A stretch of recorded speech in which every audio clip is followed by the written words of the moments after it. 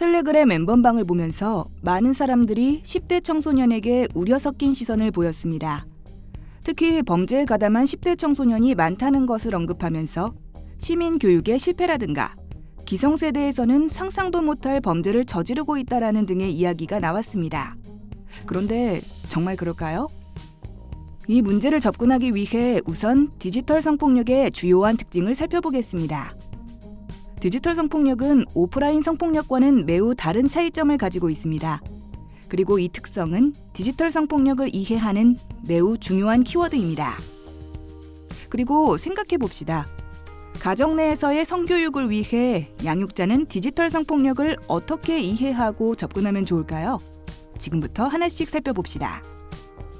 디지털 성폭력은 오프라인 성폭력과 다른 몇 가지 특성을 가지고 있습니다.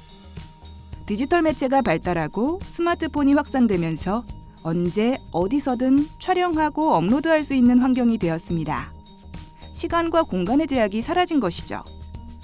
언제 어디서든 누구나 업로드를 하고 정보 등을 공유할 수 있기 때문에 온라인 공간에서 폭력이 발생하면 수많은 사용자들이 이를 접하고 대다수가 방관자가 되거나 폭력에 가담하기 쉽습니다.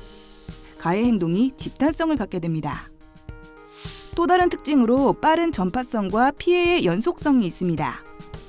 한번 발생한 피해는 다양한 플랫폼을 통해 제목 변경과 편집이 반복되며 계속 확산됩니다.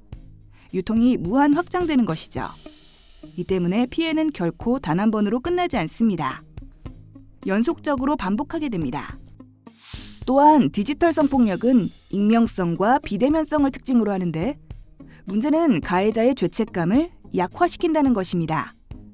가해자인 자신이 노출되지 않고 피해자를 직접 대면하지 않기 때문에 안전하다고 느끼기 쉽습니다. 이 때문에 명백한 폭력임에도 불구하고 놀이처럼 즐길 수 있습니다. 그리고 이러한 디지털 성폭력의 특징은 온라인 공간과 매우 유사합니다. 누구나 찍어 올릴 수 있고 시공간의 제약을 받지 않으며 빠른 전파성을 갖고 있으며 익명성을 가지며 집단성을 띠는 것. 사실 대표적인 온라인 공간의 특징이죠. 그러니 성장하면서 자연스럽게 디지털 세대로 자란 지금의 10대가 디지털 성폭력에 더 노출되기 쉬웠던 것은 아닐까요? 가해 못지않게 피해 역시 많은 이유도 디지털에 보다 친숙한 세대이기 때문입니다. 그렇다면 지금의 10대가 문제가 많다고 보는 시선을 점검할 필요가 있습니다.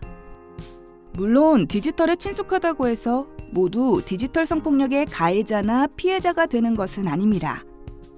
우리 사회의 어른들이 만든 성차별적인 토양이 없다면 불가능합니다. 예를 들어 보겠습니다. 디지털 성폭력은 우리 사회의 다음과 같은 요소를 기반으로 하고 있습니다. 먼저 아버지가 의사결정권과 경제력 등 다른 가족 구성원들에 비해 큰 권한을 갖는 가부장제가 있습니다.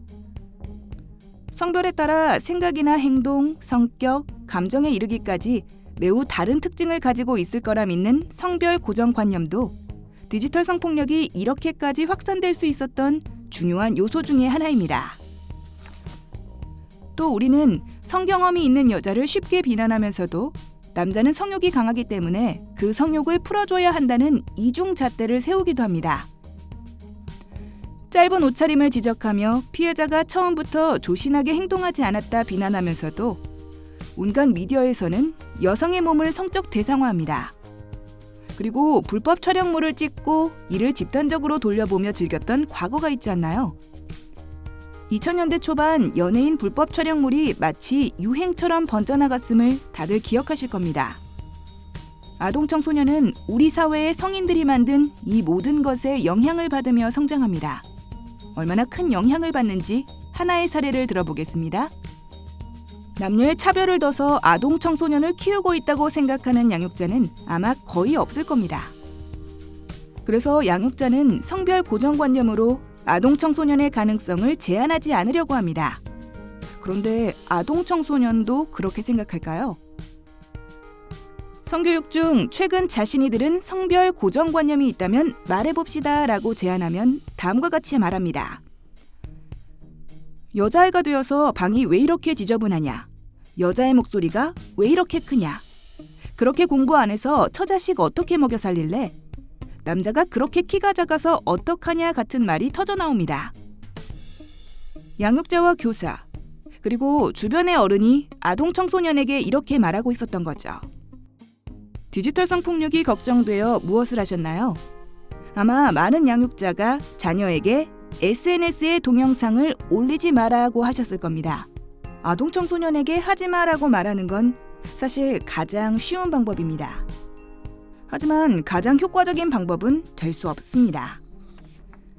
아동 청소년은 앞으로도 우리보다 훨씬 디지털에 친숙할 것이며 우리가 만든 성차별적인 문화에 영향을 받을 테니까요. 디지털 성폭력은 성인이 아동 청소년을 통제하며 예방하는 것이 아니라 성인인 우리가 해결해야 하는 문제입니다. 그러니 나부터 점검해 봅시다. 은연중에 성별 고정관념을 당연하게 말하지 않았는지, 성 경험이 있는 여자는 비난하면서 남자는 그럴 수 있다며 생각하지 않았는지, 피해자의 평소 행실을 궁금해하지 않았는지 말입니다. 가정 안에서의 성교육은 여기서부터 시작해야 합니다.